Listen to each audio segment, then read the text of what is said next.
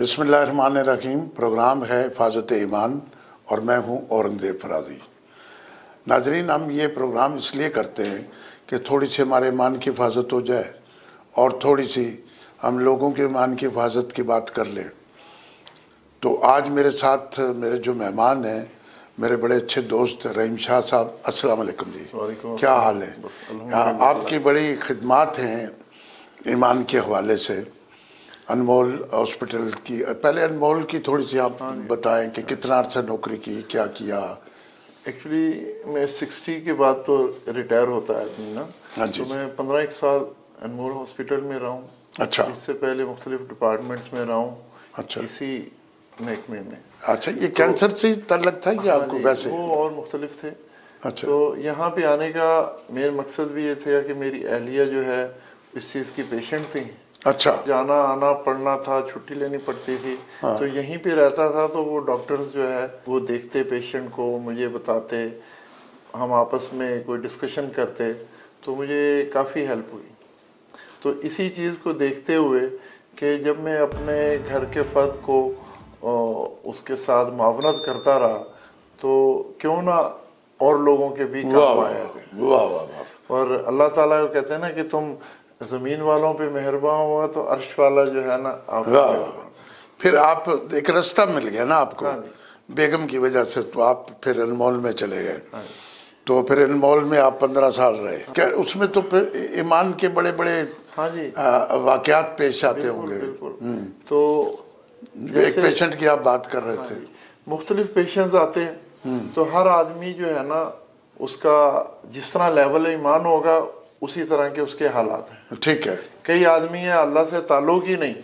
ठीक है। नमाजों में सुस्ती हो रही है, वादा खिलाफी हो रही है, तो जैसे दुनिया में चल रहा था अब अस्पताल में आके वैसे नहीं चल सकता। वाह, नहीं चल सकता। क्यों कि ऐसा मजबूर हो गया कि डॉक्टर कहेंगे तो आज टेस्ट होगा। ठीक है। डॉक्टर कहेंगे तो आज कीमो लगेगी, डॉक्टर कहेंगे तो रेडिएशन। तो वो जाता था नहीं मेरा हो, तो डॉक्टर कहते थे नहीं इसके तो प्लेटलेट्स कम हो गए, इसको तो अभी ब्लड लगेगा, इसको ये लगेगा। वो भागता फिरता था। तो पेशेंट लोगों को अवेयरनेस की ज़रूरत है। पता ही नहीं है, वो आम जिस तरह नज़ला खांसी बुखार वही जहन में लोग बैठे हुए हैं। जिस भी आदमी का रिश्तेदार दोस्त अहबाब कोई भी उससे ताल्लुक है, अब वो बीमार हो जाए तो वो ये ना समझे कि ये एक दिन का पेशेंट है। वाह। उसको साल भी लग सकता है। वाह। क्योंकि उसको टेस्ट होंगे, फिर उसके बाद फॉलो अप होगा, फिर उसको डॉक्टर कहेंगे अगर कीमो लगाना है तो कीमो लगेगी, अगर 24-25 दिन के बाद लगे तो 10-15 सेशन 5-6-7 तो कितना टाइम लग जाता है। तो इस सूरत हाल को देखते हुए तो मरीज़ के साथ जो अटेंडेंट है ना वो भी कई बड़े डिस्टर्ब हो जाते हैं। क्योंकि आना जाना बेबस हो जाते हैं। किसी के एग्ज़ाम हो रहे हैं, किसी का जॉब का मसला है, किसी के बच्चे बीमार हैं। तो जी चीज़ों को देखते हुए फिर इस चीज़ की ज़रूरत पड़ी कि भाई डॉक्टर सईदा साहिबा जब वहाँ पे डायरेक्टर थी, उसके बाद डीजी बन गई, फिर चेयरमैन के एडवाइज़र रहीं। तो एक दफ़ा उनसे बात हुई कि मैडम हम ये काम करते हैं। क्योंकि एक दफ़ा ऐसा वाक़या हुआ कि एक पेशेंट दीवार के साया की कमी होती है, स्ट्रेचर पे लिटाया हुआ था, तो जैसे जैसे धूप आती थी तो वो मूव कर लेता था। हाँ। तो एक दफ़ा वो सिक्योरिटी गार्ड ने देखा कि भाई यहाँ पेशेंट के साथ एक बंदा होता था वो नहीं है। तो बाद में जाके उसने देखा धूप है, तो उसने साइड पे तो एक पर्ची लिखी हुई थी, तो उसके ऊपर लिखा हुआ था कि ये मेरी माँ है, तो बड़े दिन से मैं इलाज करा रहा हूँ, मेरी नौकरी का भी मसला बना हुआ, घर में मासूम बच्चे हैं, इधर ये बूढ़ी माँ है, उधर बीवी परेशान है, सारे हालात हैं, तो मैं तंग आ गया हूँ। तो कहने लगे मुझे पता है कि भी मेरी माँ है, सब कुछ करते हुए मैंने अपने तौर पे फैसला ये किया कि वो मासूम बच्चों का क्या कसूर, इस माँ ने तो ज़िंदगी गुजार ली, तो मैं माँ को छोड़ के बच्चों की तरफ चला गया। अब ये चीज़ देखें, जबकि हमारा दीन ये बताता है कि वालिदैन का एहतराम करो, तो अब वो उसमें ईमान की कमी है तो वालिदैन को छोड़ के औलाद की खातिर। अच्छा, आपकी बातें बड़ी खूबसूरत है। असल बात पता है क्या है रहीम भाई, कि जब किसी को कैंसर हो जाता है या कि कोई जानलेवा बीमारी हो जाती है, या कोरोना हो गया, या पिछले दिन या ये डेंगू हो गया, फलां हो गया, ये हो गया, वो हो गया, लोग समझते हैं अच्छा अब ज़िंदगी मौत की कश्मकश शुरू हो गई। मैं नाजरीन को मुखातिब होकर एक बात कहना चाहता हूँ कि ज़िंदगी है ही ज़िंदगी और मौत की कश्मकश, बीमारी के अलावा। हाँ जी। अगर इंसान को ये समझ आ जाए कि मैं बीमारी के बगैर भी मर सकता हूँ, ठीक है ना जी। दुनिया में 5 लाख लोग एक दिन में मरते हैं, वो सारे बीमारी से नहीं मरते हैं। नहीं। कोई हादसा में मर जाते हैं, कोई गिर के मर जाते हैं, कोई किस तरह मर जाते हैं, कोई एक्सीडेंट में मर जाते हैं। तो मौत और ज़िंदगी की कश्मकश, लेकिन ये वो कश्मकश है जो आप जिक्र कर रहे हैं, जो इंडिकेशन आ जाता है कि अब अगर तुम इस बीमारी पे काबू पा लोगे तो बचोगे, नहीं तो नहीं। आप मुझे बता रहे थे रिकॉर्डिंग से पहले कि एक मरीज के पास पैसे वैसे बहुत थे, तो क्या कहने लगा?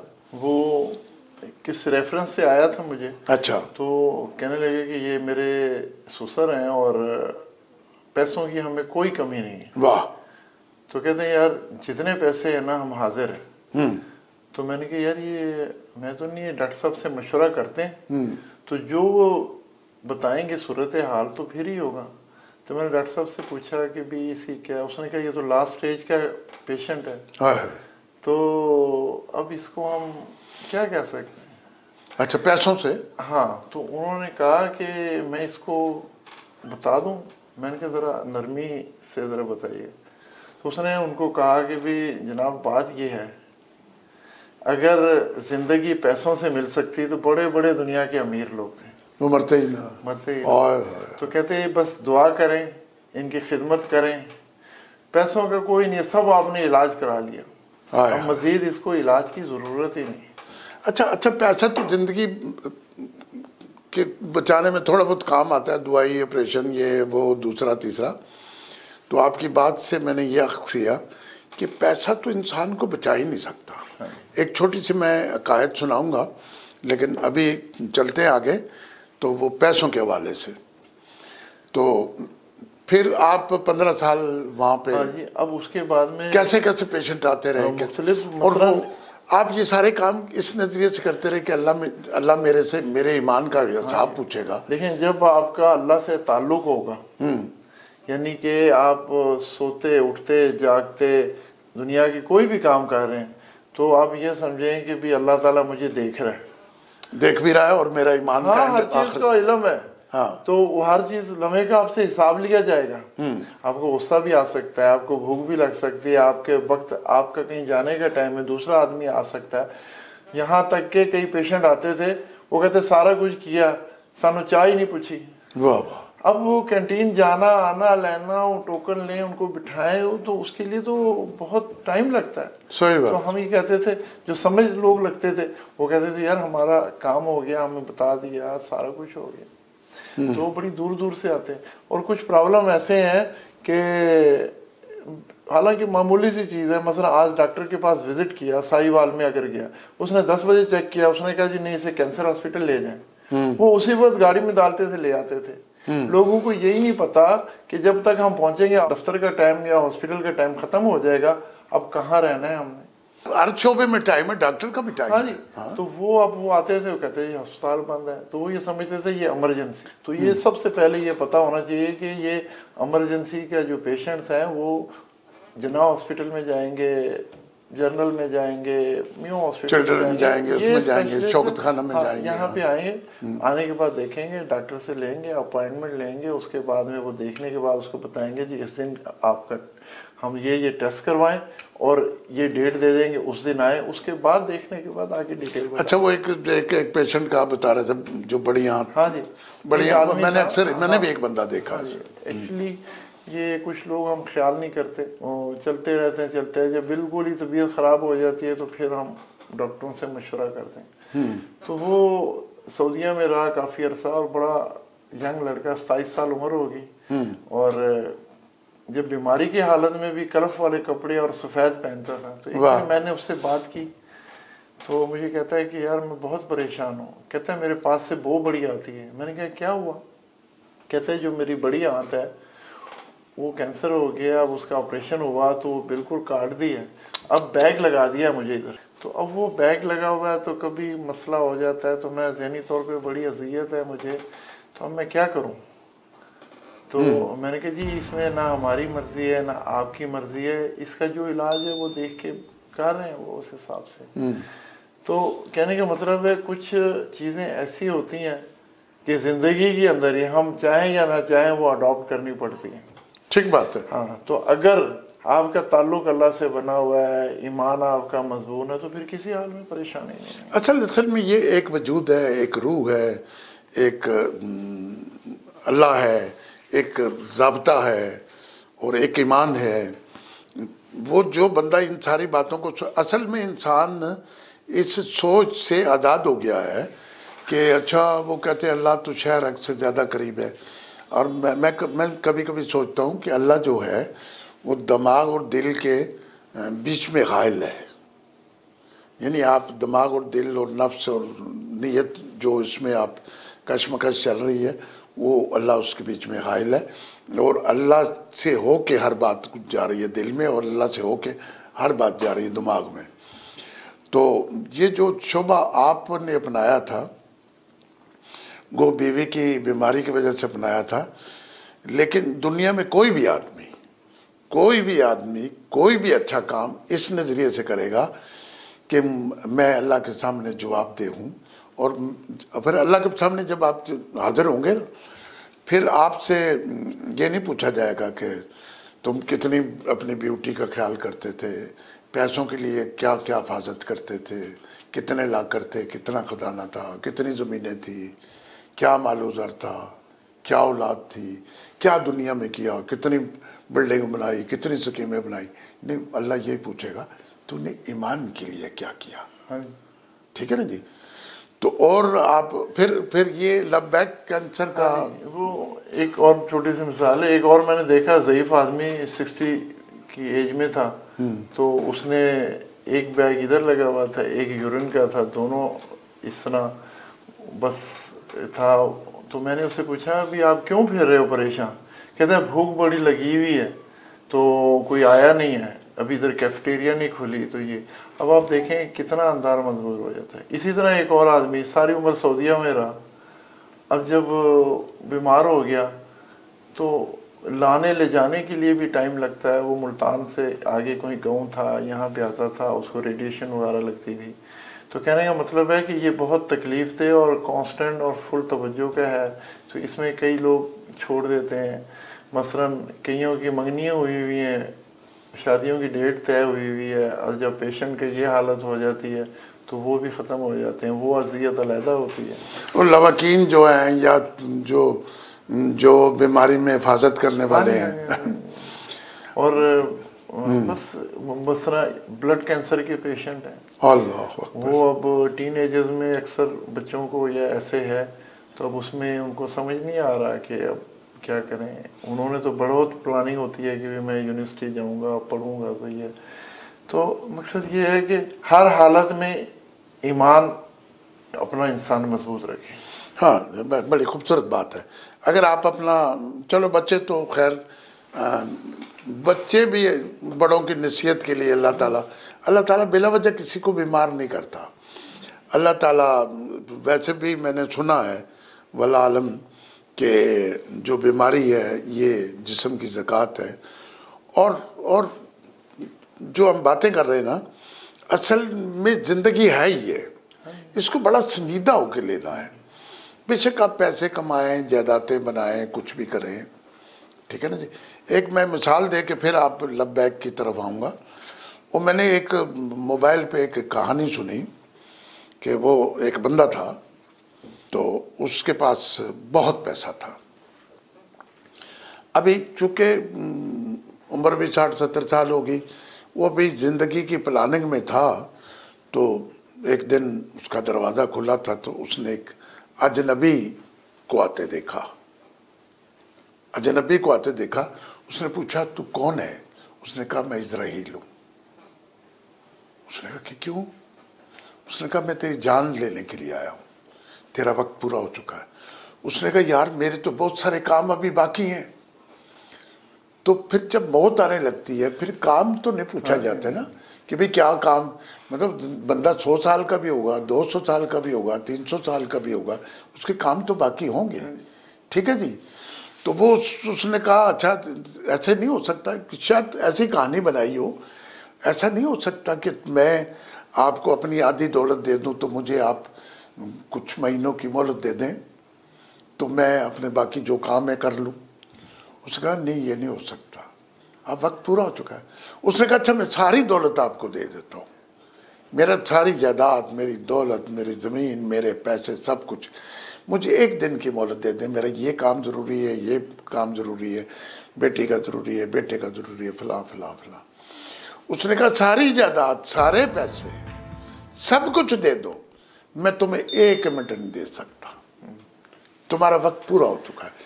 तो मतलब कहने का ये हुआ कि आपको अरबों रुपया देकर 1 मिनट की जिंदगी नहीं मिल सकती, तो वो मिनट अरबों रुपए में नहीं मिल सकता।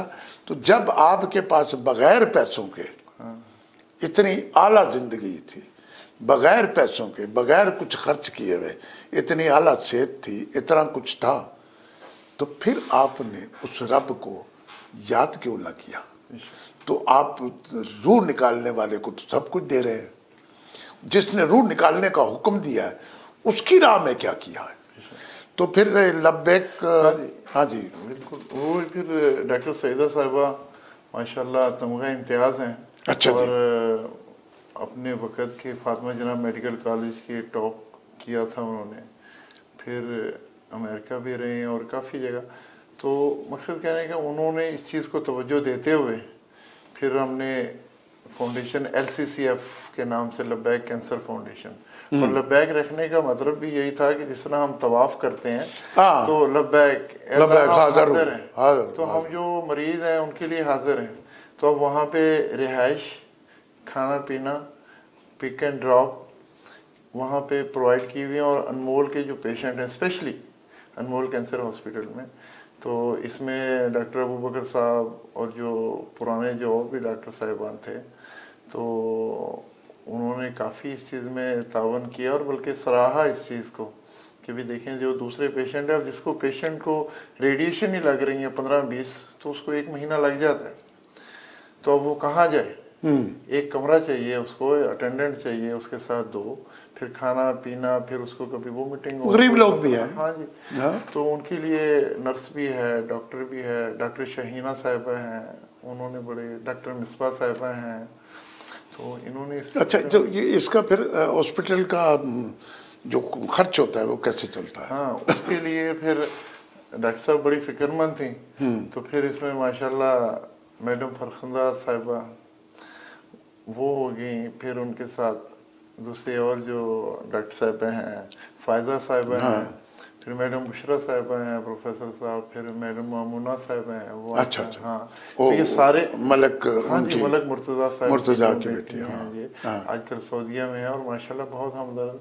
तो इन लोगों ने भी दुआएं की हैं, लोगों को बताया और गाइडलाइन दी है, कई कैंप लगाए ताकि लोगों को इसकी अभी तो एग्जीबिशन भी लगी थी, वही तो मेरी तो मैडम फायजा साहिबा उसके लिए पूरी कोशिश करते हैं, एम्बुलेंस का अरेंजमेंट किया, वो फरखंदा बेगम। हाँ जी हाँ, वो किया। फिर बाद में विलेंशिया में, NFC में और IEP टाउन में हर साल जो है एग्जीबिशन लगाते हैं, स्टॉल है, तो उसके अंदर लोग आते हैं ताकि लोगों को अवेयरनेस भी मिलती है, और वो जो पेशेंट और उससे मुतल्लिका जो लोग हैं वो लोग आते हैं तो वो भी देख के खुश होते हैं कि चले कोई थोड़ा एंटरटेनमेंट भी है, पैसे भी हैं, और उस माहौल के जो लोग जब मिलते हैं ना एक दूसरे से, तो बड़ा अपनाइयत सी घर वाला माहौल रहता है। तो ये इसका सारा अरेंजमेंट कौन करता है? तो फरखंदा साहिबा करती हैं? हाँ, मैडम फरखंदा साहिबा कर रही हैं, डॉक्टर सईदा साहिबा हैं और जो लोग हैं, मगर ज्यादा मैडम इसके अंदर हाँ फरखंदा ही करती हैं, वो सारा अरेंजमेंट करना, स्टॉल लगवाने, ये करना, वो करना। अभी भी क्योंकि रेंट की बिल्डिंग है तो इनकी कोशिश ये है कि कोई जगह ऐसी मिल जाए, उसके ऊपर फिर प्रॉपर हॉस्पिटल की तरह ये इसको डिज़ाइन किया जाए, उसके अंदर छोटा बोर्ड जिस तरह है, नीडफुल जो चीज़ें हैं वो हो जाएं, तो उसके लिए कोशिश जारी है, इंशाल्लाह वो भी होगा। और इसके साथ ही साथ पाकिस्तान भर में तकरीबन गवर्नमेंट के 17 18 हॉस्पिटल हैं, इससे ज़्यादा होंगे। तो उसके अंदर जैसे गुजरांवाला, रावलपिंडी, मुल्तान, बहावलपुर यहाँ पे हैं, तो अब उसकी ज़रूरत है, तो वहाँ के जिस तरह यहाँ पे कोई अटैच है तो वहाँ पे भी होना चाहिए। अच्छा, ये कैंसर के पेशेंट पाकिस्तान में बहुत ज़्यादा हैं? हाँ जी, उसकी अब इस तरह कैलकुलेशन तो नहीं है अभी, जैसे और भी हॉस्पिटल्स आ गए हैं, तो बस हमसे तो ये पूछा जाएगा जो आपको नज़र आ रहा था, जैसे कान, नाक, आँख है, जो हमें नज़र आ रहा है हम उसकी तो खिदमत करेंगे। क्या बात। हाँ जी, और इसमें बल्कि हमें हॉस्पिटल में कई लोग थे, मुलाकात होती थी, कहते थे बावजूद रहा करो। हाँ जी, कि भाई खिदमत का जब जज्बा हो रहा है तो वो इस तरह रहे। और जो लोग बहुत बहुत पढ़े लिखे लोग, को प्रोफेसर लेवल के लोग, अच्छा बावजूद का मुझे मेरे जहन में कभी कभी ये आता है कि जब आप दुनिया में आए तो आपको गुस्ल दिया गया। हाँ ठीक है जी, ये इस बात का इंडिकेशन है कि आपने पाक रहना है। हाँ, जब आप दुनिया से गए तो आपको गुस्ल दिया गया है कि हालांकि अब तो तुम जा रहे हो गले सड़ने के लिए, अब तो तुम गले सड़ने के लिए जा रहे हो, लेकिन इस्लाम के अंदर है कि गलने सड़ने के कब्र में डालने के लिए इसको नला धुला के तो आगे भेजना है। वो मंजर और आखिरत का मंजर, आखिरी बार नाना, इसलिए आप जो ज़िंदगी का पीरियड यहाँ लेकर आए हो उसमें आपने पाक रहने की कोशिश करनी है। और पाक रहने में मेरा फ़लसफ़ा बड़ा अजीब है, पाक रहने में खाली आप वजूद को पाक करने नहीं फिक्र करनी, आपने इनर को भी पाक करना है, आपने नीयत और नफ्स को भी पाक करना है, दिमाग और दिल को भी पाक करना है। क्यों कि अल्लाह ताला अंदर से सारा हिसाब लेगा। अच्छा, लोगों को वो आपने पहले ये फिक्रा कह दिया कि अल्लाह देख रहा है, लेकिन अल्लाह देख भी रहा है, अल्लाह अंदर भी है। अल्लाह कहता है मैं जानता हूं हर उस बात को जो तुम कहते हो या दिलों में छुपा के रखते हो, मैं जानता हूँ। अच्छा, एक पेशेंट के मरने का आप जिक्र कर रहे थे, कोई फोत हो गया कोई। अच्छा, ये जो आपके पास पेशेंट होते हैं इनमें से मतलब हर वक्त 18-20 होते हैं, ये कभी 15 होते हैं, तो इनमें से अक्सर लोग मर जाते हैं, ये सारे मरने वाले होते हैं। ये लास्ट स्टेज वाले जब होंगे तो फिर फर्दर आपके पास सारे आते ही लास्ट स्टेज वाले? कुछ वो भी हैं, कुछ रेडिएशन वाले हैं, 3 स्टेज वाले भी हैं। फिर अच्छा, क्या पहली, दूसरी, तीसरी, चौथी स्टेज लास्ट स्टेज होती है? चौथी स्टेज लास्ट स्टेज है। तो इसमें फिर मरीज खुद इतना वीक भी हो जाता है, फिर ट्रीटमेंट करवा के वो खुद भी थक जाता है। काफ़ी लोग रिकवर भी हो जाते हैं। अच्छा, आपके हॉस्पिटल में से बचा के भी कोई? हाँ जी, बहुत लोग, बल्कि दूसरे हॉस्पिटल्स वाले जो नहीं लेते तो अनमोल हॉस्पिटल वाले लेते हैं उनको, फिर उनका ट्रीटमेंट शुरू करते हैं, फिर वही लोग हमारे पास आते हैं। फिर वो आपके पास आ जाते हैं। अब उनको रिहाइश देनी है, उनको आना जाना, उनके ये, बल्कि कई दफ़ा इस तरह हो जाती है कि जगह थोड़ी पड़ जाती है, तो फिर पेशेंट को, वो तो लोगों का तो माहौल बना हुआ होता है। अच्छा, ये रोटी कपड़ा सारा कुछ देते हैं, लेकिन आपके तो मैं गया हूँ ना जी, आप तो वो सारा कुछ मरीज का खर्चा ही जो साथ आया हुआ है वो तो हाँ, उसके सब कुछ रोटी पानी। हाँ, वो इस तरह होता है कि भाई हम कोशिश करते हैं, बाजार एक लगता है मगर हम वो दोनों का खाना इकट्ठा देते हैं, पेशेंट कितना खाएगा, ताकि अब वो अटेंडेंट कहाँ जाके खाए साथ। बाजार भी दूर है और फिर कई चीज़ें हैं, किसी के पास पैसे हैं नहीं है। शुरू में हम भी यही था कि भाई पेशेंट को दे दिया जाए, मगर अब बाज़ाहिर वो लगता है कि एक को ही दे रहे हैं, मगर वो होता है कि 2 आदमी अच्छे तरीके से खा लें। हाँ, देखिए अब बात क्या है कि अल्लाह ताला कहता है मैंने रिज़्क़ का वादा किया, मैं दूंगा। और अगर आप अल्लाह के बंदे होते हुए इस फरीज़े को सरअंजाम देते हैं कि आप मरीज़ को खाना दे रहे हैं और उसके साथ जो बंदा है उसको भी खाना दे रहे हैं, तो आपने अल्लाह के फ़राइज़ के बीच में ये काम किया और उनको खाना खिलाया। वाह वाह वाह वाह वाह। वैसे ये जो होता है ना, ये दस्तरखान और ये और क्या कहते हैं, जो लोग खाना खिलाते हैं, क्या कहते हैं पता नहीं। अच्छा, बहरहाल तो वो जो ये खाने खिलाते हैं वो कुछ और चीज़ है। हाँ जी, असल है कि जिसके सामने जो पेशेंट या जो ज़रूरतमंद नज़र आ रहा है ना, तो उसका ईमान का तकाजा है, ये कोई भूखा है तो उसने खाना खिला दिया, कोई प्यासा है किसी ने पानी पिला दिया। अब एक मरीज भी है, भूखा भी है, प्यासा भी है, ऑफर भी है। वाह। और फिर वो उम्र की इस स्टेज में पहुंच गया है कि अब वो वीक भी हो गया है, अब उसको रिलीजियस थेरेपी की भी ज़रूरत है।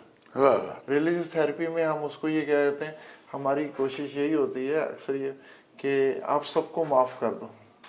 मसलन किसी के घर वालों से नाराज़गी है, किसी के रिश्तेदारों से विरासत की तकसीम नहीं हुई, उसको विरासत नहीं मिली, किसी से लेन देन है, तो हम उसे ये कहते हैं कि यार सबको माफ़ कर दो। कहते हैं नहीं करना, तो हम उसे कहते हैं कि आप उनको ना बताओ, अल्लाह ने दसो कि अल्लाह दिल में माफ़ कर दो।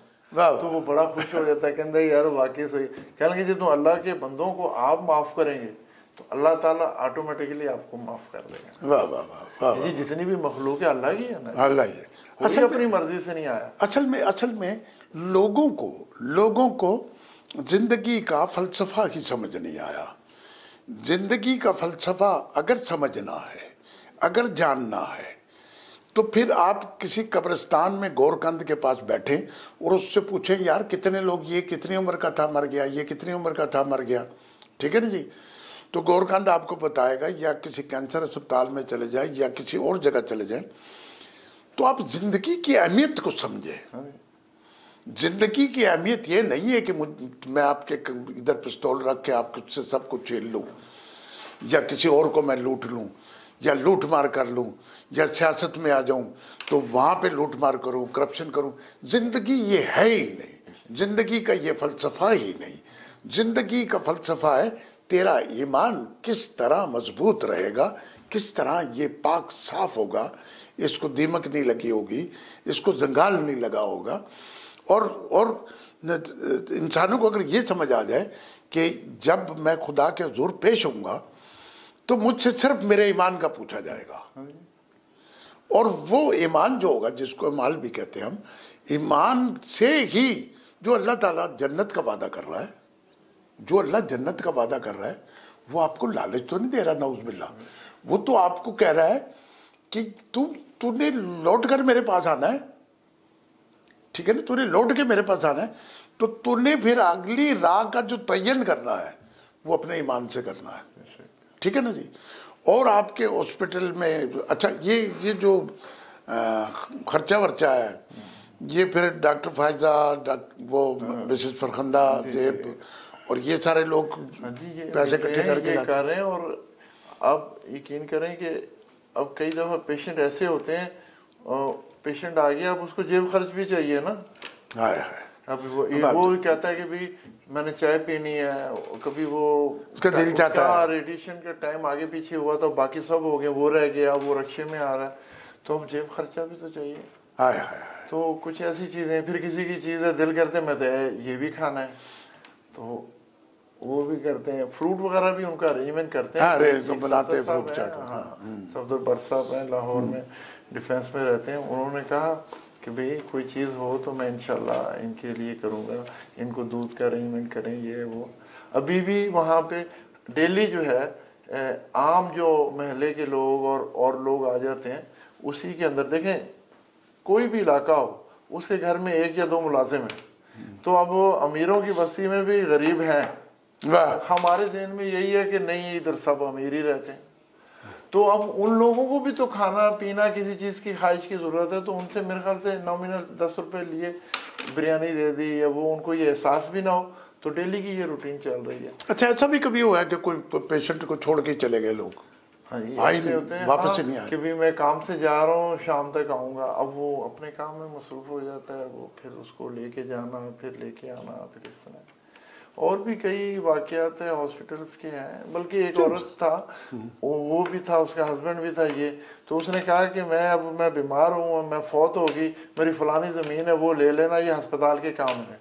तो मैंने कहा, और हमने कहा जी बिल्कुल ठीक है, मगर हम वो कैसे ले सकते हैं, वो तो विरासती है, उसके अंदर सारे रिश्तेदार हैं, कुछ भी नहीं। अब वक्ती तौर पर हमने उसको खुश कर दिया कि हाँ जी असी ले लेंगे। देखिए ना जी, विरासत ही होती है ना, मैं दूंगा, वो नहीं देगा, वो नहीं देगा, कहने से थोड़ी हो सकती है वो। तो हमने कहा जी हाँ ठीक है हम कर लेंगे, मगर हमें उन चीज़ों की ज़रूरत ही नहीं है, हम बस। अच्छा, इस पाकिस्तान में कितने लोगों के पास ज़मीनें हैं, कितना लोगों के पास पैसा है, 2-2 करोड़ की गाड़ियाँ, 4-4 करोड़ की गाड़ियाँ, और जो आपका अस्पताल है जिसका आप किराया देते हैं, 1 कनाल का अस्पताल है, क्या लोगों के दिल में ये बात नहीं आती कि भाई यार इनको एक थोड़ी सी हम जगह ले दें, नहीं, वो मैंने इसका सोचा है कि भाई वो जिस तरह कहते हैं ना, मन अरफा नफ्सहू मन अरफा रब्बहू, जिसने अपने आप को पहचाना उसने अपने रब को पहचाना। वाह। और एक आलम असगर है, एक आलम अकबर है। अकबर। अब हमारी आंख है, ये भी पूरा एक जहान है, जहान है, दिल है, पूरा जहान है। बिल्कुल। तो रब्बुल आलमीन है, आलिम नहीं है, आलम तो पूरे जहां। तो वो अब ईमान जब बनेगा तो फिर आपका ताल्लुक जब अल्लाह से होगा तो ये सारी चीजें होंगी। हमारा, मैं गलती कहूँगा, हम उन तक पहुँचते नहीं, उनको रियल बात नहीं बताते, लोग तैयार नहीं, लोग एतबार नहीं करते। असल में होता क्या है, एक मछली सारे तालाब को गंदा करती है, ये पुरानी कहावत चलती आ रही है। वो होता ये है कि ज़्यादातर लोग पैसे खा जाते हैं, हाँ, खा जाते हैं पैसे। लेकिन मैं लोगों से, नाजरीन से ये कहूँगा कि अगर ज़्यादातर लोग पैसे खा जाते हैं, अच्छा आप मुझे ये बताएं कि आप से कोई गन पॉइंट पे पैसे छीन के ले जाए एक प्लाट के, तो आप उसका क्या बिगाड़ लेंगे? या आपको किसी ऐसी जगह पर एक गोली मार जाए तो क्या बिगाड़ लेंगे? या आपको कैंसर हो जाए तो आप पैसों से क्या करेंगे? या आपको कोरोना हो जाए, अभी कितने 2 करोड़ 3 करोड़ बंदा मर गया। अभी अल्लामा इकबाल ओपन यूनिवर्सिटी के मेरे दोस्त सईद साहब हैं, हम बैठ के गुफ्तगू की है, और वो हमारे फाउंडेशन के लिए जो एक और जगह पे किसी का काम करना चाह रहे थे, तो वो अचानक डेंगू में फौत हो गए, और उनके अभी कोई प्लानिंग नहीं थी। 2 दिन में उनको बुखार हुआ और वो फौत हो गए। तो बस अब असल बात ये है कि अल्लाह ताला ने आपको हवा से खमसा दिया, आँख नाक है, जब आपको नज़र आ रहा है तो दिल दिमाग सब है तो निकालना चाहिए। अब अगर ज़िंदगी में अगर नहीं निकाला तो मरने के बाद तो खुद ब खुद ये भी कपड़े भी उतार लेंगे। हाँ, तो क्यों ना मरने से पहले मरने की तैयारी कर ले। हाँ, चले, आपके पास ज़रूरी नहीं कि बहुत कुछ हो। हाँ। तो मैं, चूँकि आज ये प्रोग्राम आप लबैक केयर कैंसर अस्पताल के हवाले से कर रहे हैं, तो मैं नाजरीन से ये भी गुजारिश करूँगा कि वल्ला मेरे पास तो नहीं है पैसे, अगर मेरे पास हों तो मैं आधे पैसे तो मैं दूँ, तो कोई ऐसे लोग इकट्ठे हों कि भाई एक जगह ले दें। क्योंकि मैं इस इदारे में गया हूँ, आपसे मिला हूँ, डॉक्टर सईदा से मिला हूँ, डॉक्टर फायदा से मिला हूँ, बाकी फरखंदा साहबा से मिला हूँ, सारे लोगों से जब मिला हूँ तो मुझे पता लगा यार ये तो 10-10 रुपये के लिए ये इतना कुछ करते हैं। यही तो दुनिया है, यही तो जिंदगी है। जो आप वाली बात है, इसी को आगे बढ़ाते हुए, अब एक डॉक्टर होते हुए, नर्स होते हुए, वो वहाँ पे ड्राइवर होते हुए वो लोग काम कर रहे हैं। अब जो लैंडलॉर्ड हैं, जो आर्किटेक्ट हैं, जो इंजीनियर हैं, तो वो अपना काम करें, वो अपना इसमें साथ बने, साथ में हमें ना पैसे दें, खुद करें, खुद आए, खुद डिज़ाइनिंग करें, खुद बनाएं, खुद सारा काम करें। अब वो इसमें कोई ऐसी बात नहीं, इंशाल्लाह हम बहुत पुरुमीद हैं और लोगों की बड़ी ख्वाहिशात हैं, और यंग लोग जो हैं सोशल वेलफेयर वाले, सोशल वर्कर हैं, वो इसमें काम कर रहे हैं। सोशल वेलफेयर डिपार्टमेंट भी, उनकी भी ख्वाहिश ये है कि ऐसे लोग आएँ, तो अल्लाह करेगा कुछ ना कुछ हो जाएगा। और हम तो चाहते हैं कि भाई कम से कम जो पेशेंट आए वो हो। इसी तरह एक गूंगी औरत थी पाकपतन से आगे एक जगह, मलका हांस है। अच्छा। अब वो सीए ब्रस के पेशेंट थी और उसको घर वालों ने पूरी डिटेल नहीं बताई, उसकी सर्जरी करवाई, और जब उसको बाद में होश में आया पता चला तो वो रो के परेशान इशारों से कि ये इन्होंने क्या किया। फिर वो क्या चीज़ होती है? ये छाती का कैंसर था ना, कैंसर था। अब उसको उन्होंने ये नहीं बताया कि तेरा ऑपरेशन होना, तो इसलिए कहते हैं कि मशवरा कर लें, कोई अवेयरनेस दें, कोई बताएं। तो अब एक आदमी गूंगा भी हो, फिर बहरा भी हो, फिर उसको बताया ना जाए, फिर वो कैसी कैसी परेशानी। तो हर शोबे वाला अपने आप को एज ए वॉलंटियर पेश करे, ताकि हमें ये तो पता हो ना कि ये मसला हो तो इससे रब्ता कर रहे हैं, ये मसला इस तरह कर रहे हैं। तो ज़रूरी नहीं कि सब है, तो सब साथ शामिल होने चाहिए ना। आपकी बातें मुझे बड़ी खूबसूरत लगी हैं, बड़ी अच्छी बातें हैं, और लोग अगर इसी तरह सोचें। अच्छा, अब आप जो लबैक के साथ आप काम करते हैं, तो आपका गुज़रकात कैसे होता है? कुछ सैलरी है, कुछ नहीं? वो तो अब हमारी तो रिटायर लाइफ है। अच्छा, तो वो आपको पेंशन मिलती है? हाँ, पेंशन भी मिल रही है, और कोई रियल एस्टेट का थोड़ा बहुत है, कोई कुछ ना कुछ कर लेते हैं दाल रोटी। अगर और भी जॉब भी हो सकती है, मगर असल बात ये है कि अस्पताल से आप पैसे नहीं लेते। हम नहीं, वो तो जो भी है यहाँ जितने लोग काम कर रहे हैं, हाँ। कोई भी नहीं, इवन के अपने मसलन ट्रेवलिंग वो ये चार्जेस भी कोशिश होती है कि ना। वाह वाह वाह वाह। और दूसरा ये है कि उसमें हम इंटरफेयर भी नहीं कहते, जो पेशेंट कहना उसकी मर्जी है और मूड का ख्याल रखते हैं। मैं तो आपकी सारी टीम को, डॉक्टर सईदा को, डॉक्टर फैज़ा को, फरखंदा ज़ेब को, आपको, आपके छोटे से छोटे बंदे को, ड्राइवर को, सबको मोहब्बत का सलाम करता हूँ। जो लोग ज़िंदगी के लिए, जो इंसानियत के लिए लड़ते हैं, आपने बीच में फ़िक्रा कहा था कि जो इंसानों के लिए काम करेगा अर्श वाला उसके लिए काम करेगा, तो ऐसे लोग दुनिया में चाहिए। और मेरा ख्याल है कि अल्लाह ताला ने इस दुनिया को तख्लीक इसलिए किया है, इसीलिए तख्लीक किया कि इंसान एक दूसरे के काम आए। और बीमारियों में, और किसी दिन बीमारी पर भी मैं गुफ्तगू करूँगा कि ये बीमारियाँ क्यों होती हैं, किस लिए होती हैं, अल्लाह इससे क्या चाहता है। अल्लाह की तरफ से ही ना सारा कुछ। तो अल्लाह ताला आपको बहुत सारी तौफीक दे, आप खिदमत करें और इससे आपके ईमान की हिफाजत होगी। मैं ये जो प्रोग्राम करता हूँ ना, मेरा इसका मकसद ही है कि ईमान आदमी बचा के रखे। और सारी चीज़ें बचा रहा है ना, पैसे भी बचा रहा है, ये भी बचा रहा है, वो भी बचा रहा है, ठीक है जी, हर तरफ से ठगी कर रहा है। तो ईमान के लिए भी कुछ ना कुछ कितना लेके गया सर, कितना कुछ थोड़ा थोड़ा इकट्ठा करता रहे, तो ईमान की वज़न ज़्यादा हो, क्वांटिटी ज़्यादा हो, तो ये रोज़ महशर तराजू में तोला जाएगा कि तेरे पास ईमान कितना है। अल्लाह ताला मेरे ईमान को बेहतर करे। वो कहते हैं ना, इखलास वाले जो हैं वो हिदायत के चिराग हैं, हिदायत के चिराग। हाँ। और एक आदमी, वो सहाबा का वाक़या, इतना सारा ढेर था, तो उनकी थोड़ी सी खजूरें थी, उन्होंने सारी रात मैंने काम किया और हाँ। उन्होंने इस पूरे ढेर के ऊपर डाल दे। असर इखलास देखा जाएगा। हाँ। वो 4-6 खजूरें उसके ऊपर रख दी, उसमें सारा कंट्रीब्यूशन हो। तो हम उस लेवल पे आए, तो जब तक हम अपने सहाबा के वाक़यात को नहीं सुनेंगे, कुरान से ताल्लुक़ नहीं होगा, और बसीना बसीना जो इल्म है, बुज़ुर्गों का एहतराम नहीं करेंगे, उनसे बैठे पहले जैसे, तो फिर ईमान नहीं बचेगा। हाँ जी, अगर आप ये इस तरह नहीं रहेंगे तो आपको ईमान, फैसे ईमान नहीं बच सकता। ईमान बचाने के लिए सब कुछ करना पड़ेगा। मैं आपका बड़ा ममनून हूँ।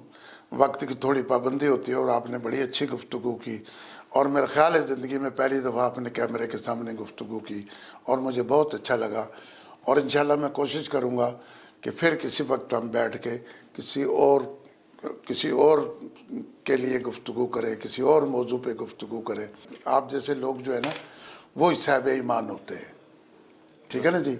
तो मैं आपका बड़ा ममनून हूँ। नाजरीन, असल रहीम साहब की बातों से, और मैं भी कोई इतना बड़ा पारसा आदमी नहीं हूँ, रहीम साहब की बातों से मुझे ऐसा लगा है कि जो मेरी ज़िंदगी है, जो मेरा वजूद है, इसके करीब तरीन जो चीज़ है वो मौत है। हर इंसान, नाजरीन, हर इंसान सुन ले, आपके करीब तरीन जो चीज़ है ना वो मौत है। मौत से करीब आपके पास कोई चीज़ नहीं है। और आप इस भूल में मत रहना, इस भूल में इक़्तिदार में मत जाना, इस भूल में दौलत मत छीनना, इस भूल में डाके मत मारना, इस भूल में ठगी मत करना, इस भूल में झूठ मत बोलना कि मैं सब कुछ कर रहा हूँ, मुझे कुछ नहीं होना। और ये जो मौत है क्या, ये मैंने सांस लिया जो अंदर गया है, ये बाहर ना आया तब मौत है, जो बाहर गया वो अंदर ना आया तब मौत है। आपके पास है ही कुछ नहीं। ये जितने दुनिया के दौलतमंद लोग हैं, जितने साहिब इक़्तिदार लोग हैं, जितने साहिब दौलत लोग हैं, ये मट्टी है, मट्टी। और हिंदू तो आधे शहर के मालिक हों तो उसके ऊपर लकड़ियाँ रख के जला देते हैं। कई कौमें बंदा मर जाए तो पहाड़ पे रख देते हैं, चील कौवे और गिद्धे खा जाती हैं, और हम मुसलमान कब्र में दबा देते हैं। हमारे पास कुछ भी नहीं है। हमारे पास सिर्फ अल्लाह की तरफ जाने के लिए एक ही रास्ता है, हिफाजत ईमान। इसके साथ मैं इजाज़त चाहता हूँ, अल्लाह ने के बाद।